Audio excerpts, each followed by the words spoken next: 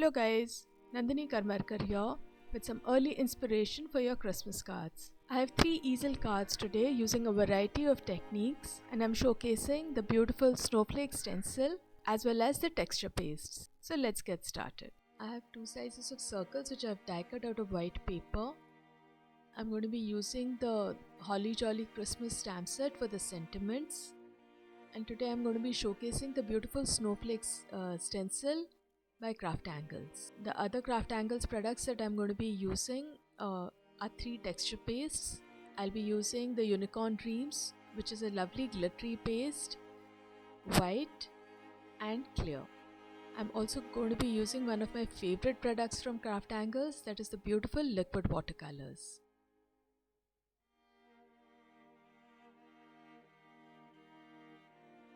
I will begin by taping my paper circle to the back of the stencil with some washi tape. This is an important step because you definitely don't want your stencil to move in the middle of your stenciling. Once my paper is secure, I'll just flip the stencil over and start using the Unicorn Dreams texture paste. I'll use a spatula to do this, but you can always use an old credit card or an old ruler. I just prefer using the spatula. Be careful to apply an even pressure when you're using the Unicorn texture paste. This texture paste has tiny sequins on it, so it's a little rough and gritty. So you need to be very careful and make sure that you get into all the nooks and crannies of the stencil. I prefer to use the flat of my spatula to apply a even pressure and spread a thin layer on the paper. I'll carefully peel the paper from the back of my stencil now and leave it aside to dry. Always remember to wash your stencil and spatula immediately after using texture paste, because if the texture paste dries on them, it becomes waterproof and you won't be able to scrape it off. Let's create a beautiful plaid background for our next card. I'm going to be using the Mystical Waters and Poolside colors for this. I'll first take Mystical Waters and add a few drops on my craft mat, and then I'll use a flat brush to draw lines across my paper. You can do this freehand. If you're not very confident, you can also lightly draw pencil lines. These colors dry very fast and you don't really need to use watercolor cardstock for this. In my case, I'm going to be using just plain white cardstock. Next, I'll move on to Poolside. I'll use a flat brush again, but a much broader one. I'll just drop a little bit of the watercolor on my craft mat and then use my brush to again draw stripes across the paper.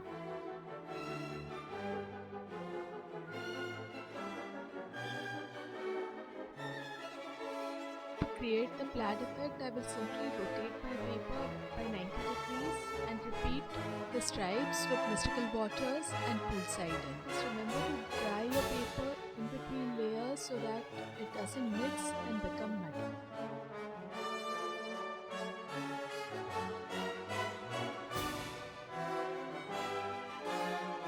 I dried my plaid background thoroughly with a heat gun, and now I will do some stenciling on top with the snowflake stencil and the white texture paste.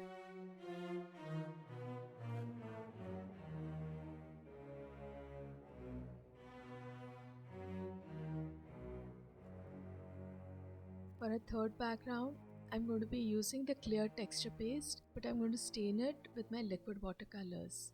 I'm again using shades of blue to do this, and I will of course begin by dipping the paper to the back of my stencil with some washi tape.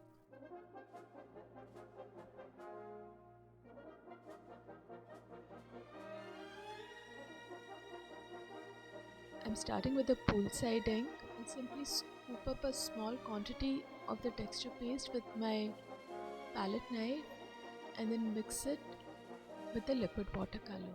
If you don't have liquid watercolors, don't worry, you can use anything like your distress inks, distress oxidings, or any dye ink to do the same. I'll gently spread the tinted texture paste over the stencil. I'm not covering the entire stencil with this color because I want to add 2 more colors. Just remember to clean your palette knife thoroughly before you move on to the next color to avoid any contamination. I'll move on to Mystic Waters and repeat the process. Now I'll add just a drop of the blackberry liquid watercolor to the texture base to get a darker shade. Once my stenciling is done, I will wipe away texture paste from the craft mat and then carefully peel the paper away from the stencil. I'll just leave this to dry and then come back and show you how I assembled my cards.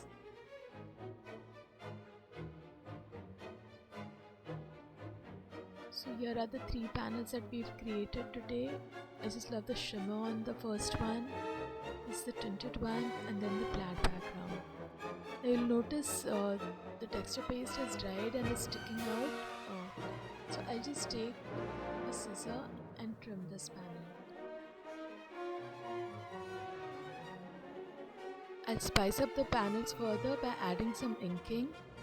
I'm going to be using dye inks and distress inks to do this. I'm also using the blending brush which came along with my DD. Adding a little bit of inking around the edges especially always makes the panels pop.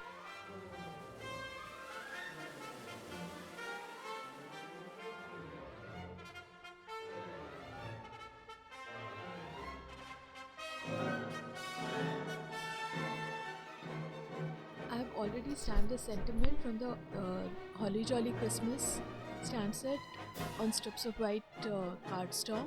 So the panels that we've prepared and also the card fronts. I'll set these aside and take you through the process of creating an easel card. For the easel card, I folded white cardstock into half and then cut both the pieces together with my die, making sure that there was a bit of the fold left on the top of the circles. This creates the hinge that we need to make the easel stand. I also folded one circle into half and scored it well. To assemble the easel, I will apply glue to one half of the circle. Make sure you do not cover the score line with your glue, otherwise your mechanism will not work. I prefer using liquid glue here because it is stronger and it also gives me a little bit of wiggle room. I will fold the circle and then place my card front on top and then adjust it till the bottom circle and the top circle are perfectly aligned. Once the easel bases were ready, assembling the cards is super easy. I just took each base and glued the panel with the liquid glue. The sentiments are already popped up on bits of foam. I just glued them into place. One last thing is a tiny pearl which I will put to make sure that my easel stays propped open. You can use anything with a bit of dimension for this. I like using pearls because they seem to go very well with the snowflake theme. So here are our completed easel cards. I hope you enjoyed these techniques and will give them a try. Do keep visiting the Craft Angles blog and YouTube channel for more inspiration throughout the month. Bye.